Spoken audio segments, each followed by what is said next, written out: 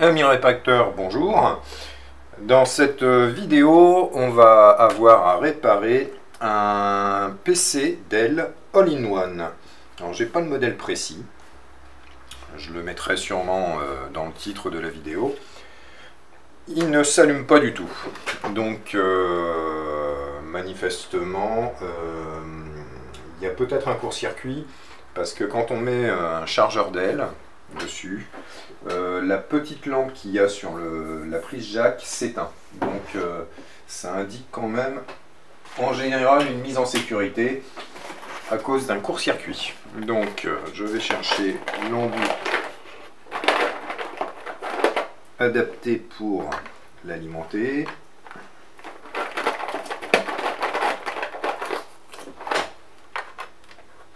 Que voici.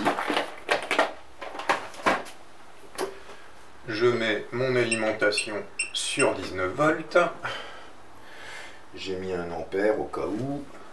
Et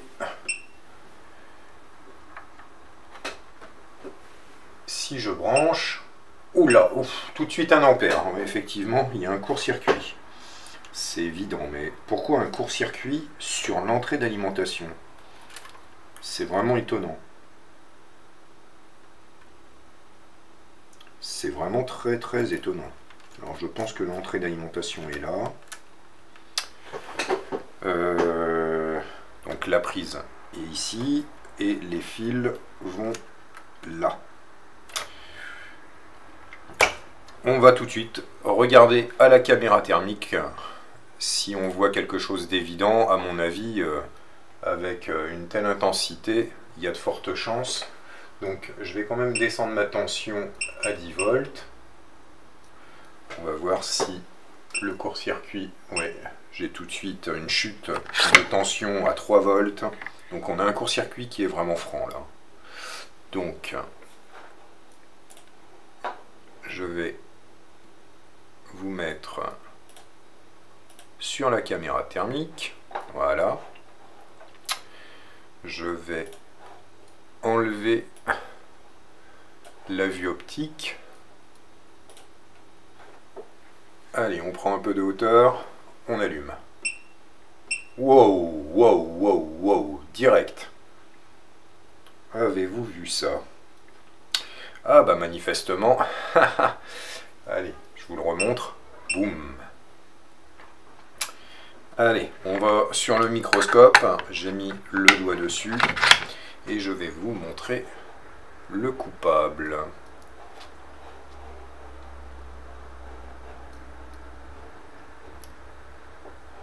Alors si j'arrive à récupérer mon curseur, voilà, vu au microscope.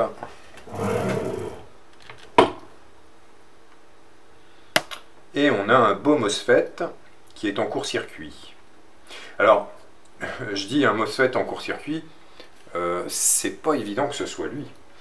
Il y a probablement un court-circuit très franc sur le rail 19. On va regarder ça. On se met en mode diode. Déjà, je vais regarder si lui est en court-circuit. Ce qui semble être le cas.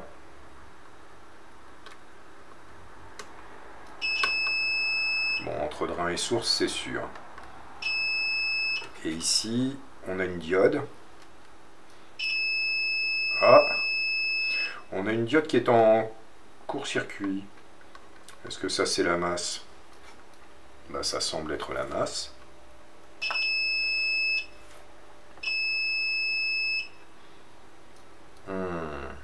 C'est surprenant parce que c'est le MOSFET qui se met tout de suite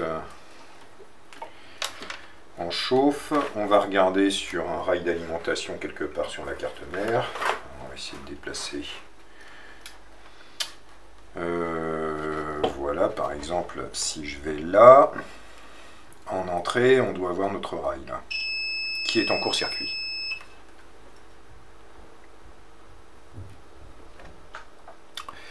Bon. Où est-ce qu'on peut se mettre ailleurs? Ma foi, quand on voit des beaux emplacements comme ça... Ah non. Ici non. Non. manifestement, sur certains modèles de ces ordinateurs, il y a une carte graphique intégrée. Enfin, il y a une carte graphique dédiée plutôt. Alors, il faudrait que je trouve la masse.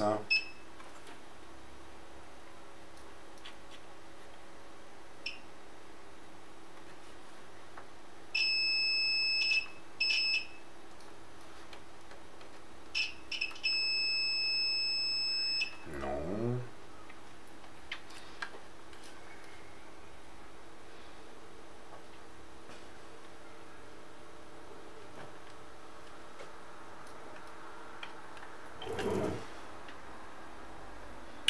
Comme je suis en train de chercher un petit peu partout une entrée 19 volts, du rail 19 volts, j'ai un petit peu de mal à trouver là.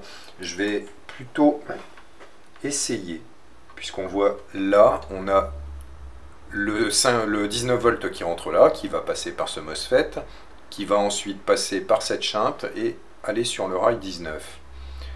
Ce que je vais faire, c'est que je vais injecter un courant sur le rail 19 pour voir où se trouve ce court-circuit.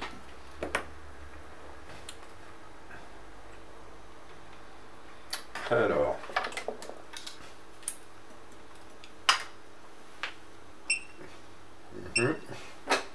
c'est vraiment direct. Alors, on va brancher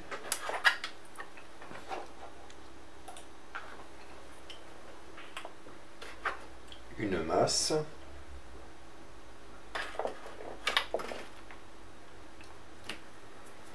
Voilà.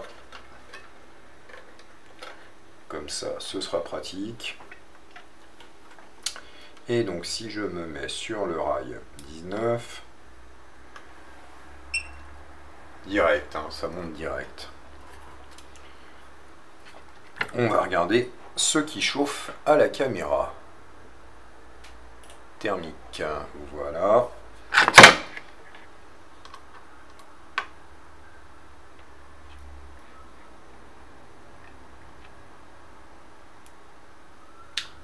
Oh là là.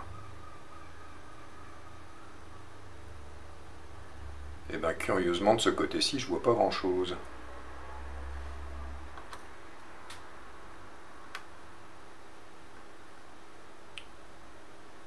C'est vraiment un court-circuit qui est très franc.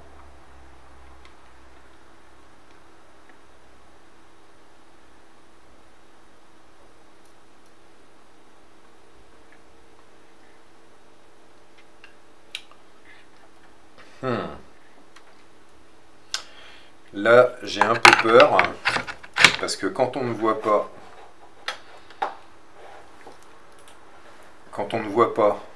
un composant chauffé avec une tension pareille, ça peut être le processeur qui s'est pris le 19 volts. Alors ce qu'on va faire, on va enlever le refroidisseur.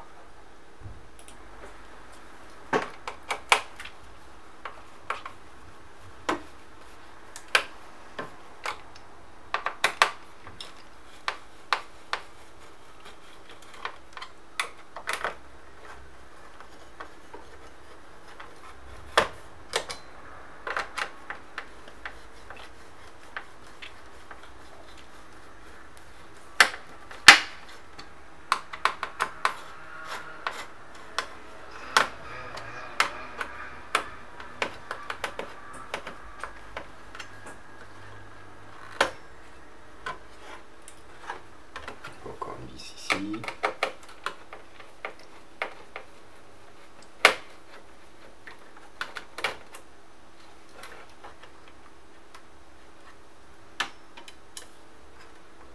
Oh, ça ressemble à un Ryzen. Au moins, si le court-circuit a été dans le processeur, on pourra le remplacer. Allez, on regarde encore un coup à la caméra thermique. Caméra thermique.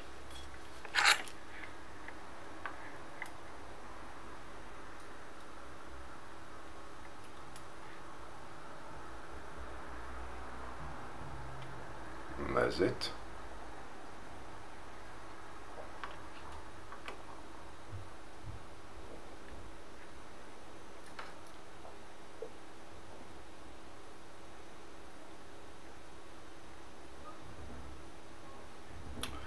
Alors là, je ne vois absolument pas où peut être ce court-circuit.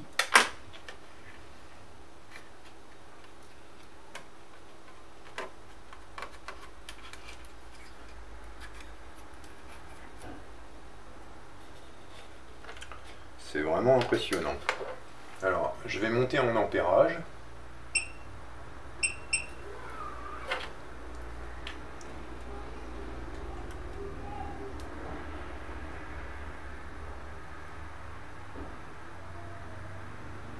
J'ai l'impression qu'il y a quelque chose qui chauffe en dessous.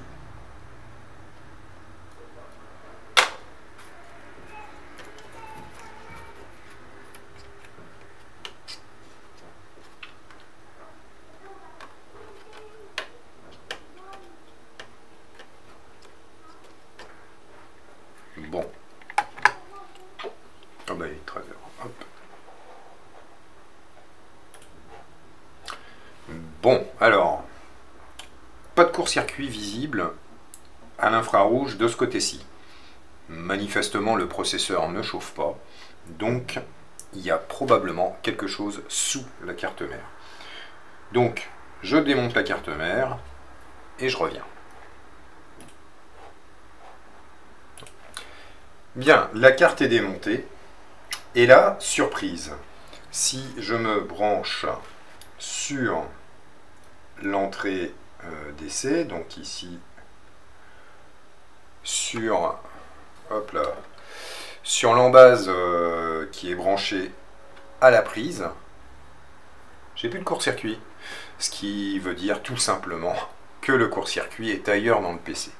Donc, je vais mettre de côté la carte mère qui, pour moi, n'a rien, et on va chercher d'où vient le problème dans le all-in-one. Donc revoilà notre all-in-one avec la carte mère réinstallée. Donc, je viens de rebrancher, et on va faire un petit tour d'horizon de la machine. Alors, si je voilà.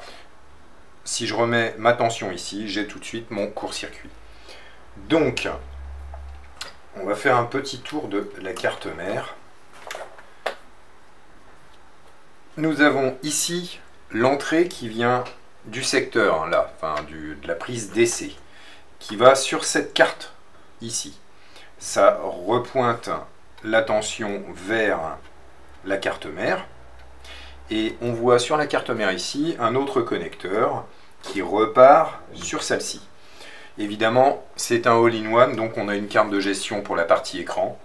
Écran et tactile, le rétroéclairage, les USB qui sont à l'arrière aussi. Donc, il est évident que la panne est ici. Maintenant, on va essayer de déterminer où. Donc, je vais rebrancher le courant ici, voilà, j'ai mon court-circuit, j'ai donc forcément quelque chose qui chauffe par là. Donc on va mettre la caméra.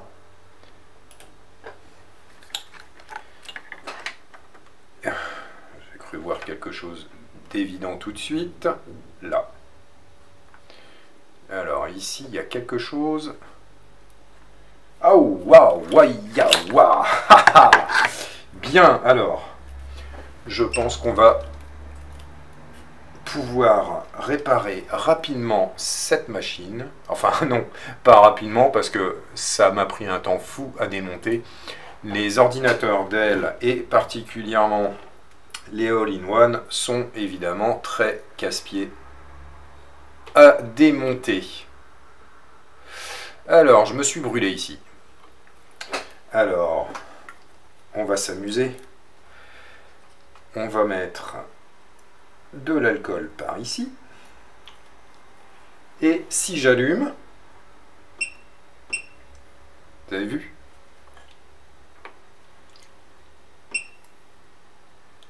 Voilà, j'ai un magnifique court-circuit sur ce condensateur. Et ben donc on va retirer ce condensateur.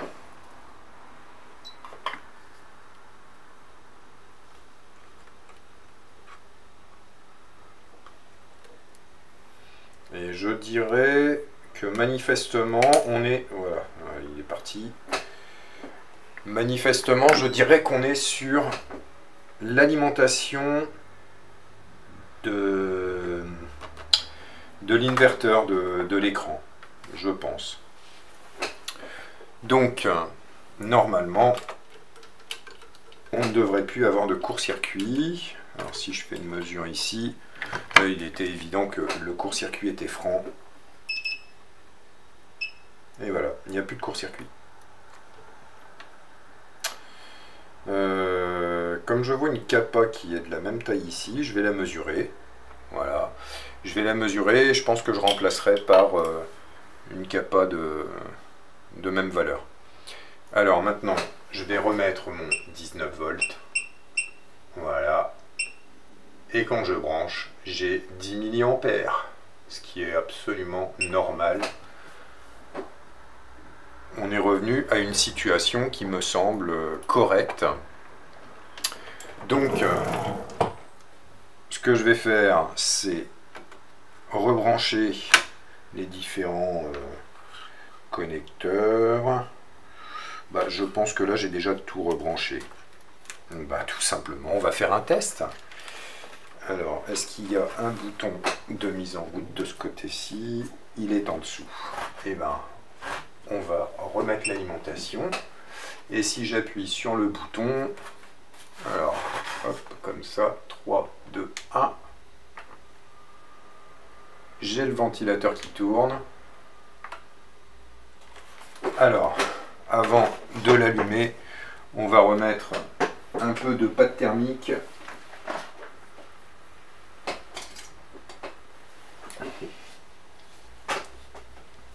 On va même changer la pâte thermique qui n'était pas formidable.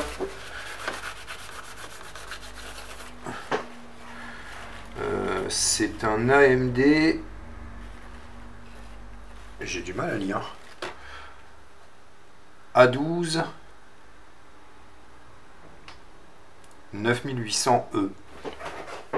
Je sais pas ce que c'est comme processeur, mais c'est pas du Ryzen.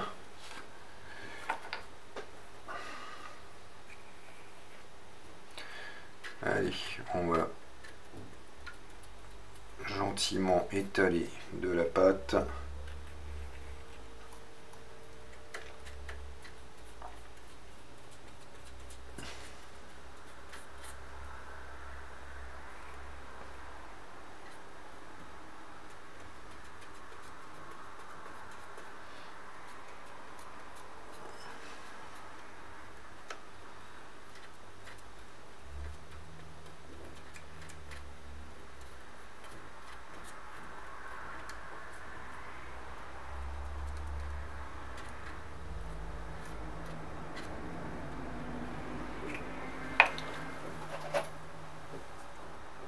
Je nettoie le radiateur parce que il est un peu poussiéreux avant de le remonter.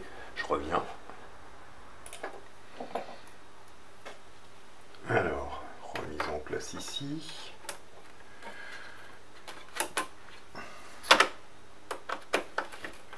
J'apprécie assez les radiateurs sur lesquels les vis sont fixées par un petit circlips.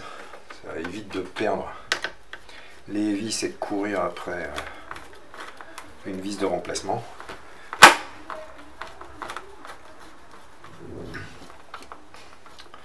Petit truc hein, pour tous les bricoleurs, on ne serre jamais comme un âne hein, les vis, ça sert à rien, les vis elles sont là pour tenir en place le radiateur.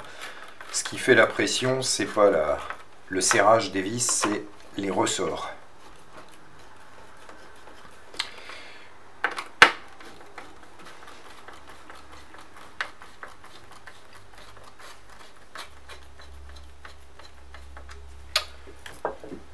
Allez, une fois le radiateur en place, on refait un petit test.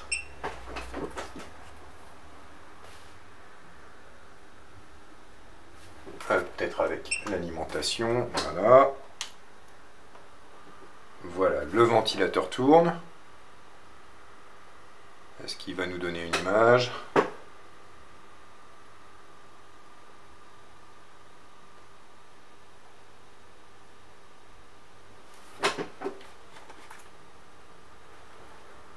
Est-ce que j'ai tout branché?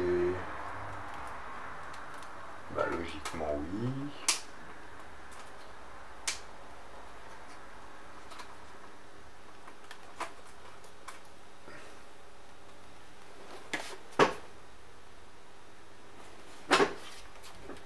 Il s'est éteint, je pense qu'il n'y a pas assez de... Il n'y a pas assez d'ampérage, voilà.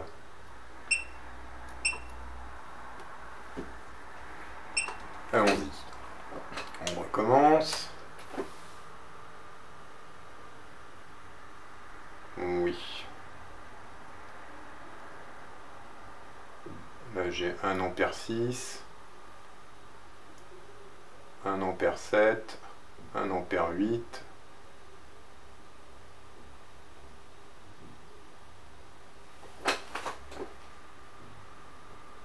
Deux ampères, oui, voilà. Là, c'est en train de monter. Ah bah, voilà. On a le logo qui apparaît. Il s'est éteint précédemment parce que l'alimentation n'était pas assez, assez forte. Même là, d'ailleurs. Mais on voit qu'il s'allume. Donc, tout va bien. L'appareil est réparé. Et pour une fois, c'était pas la carte mère directement. C'était la gestion de la partie de l'écran. Là, il est à 3 ampères et je sais pas pourquoi il s'éteint, mais bon, ça je regarderai après. Probablement qu'il faut qu'il soit, qu'il ait un clavier, qu'il ait des choses comme ça. Donc voilà, un all-in-one à réparer. Je remonte cette belle machine. Et puis on se voit après pour des petits tests éventuellement ou pour une prochaine vidéo. À la prochaine.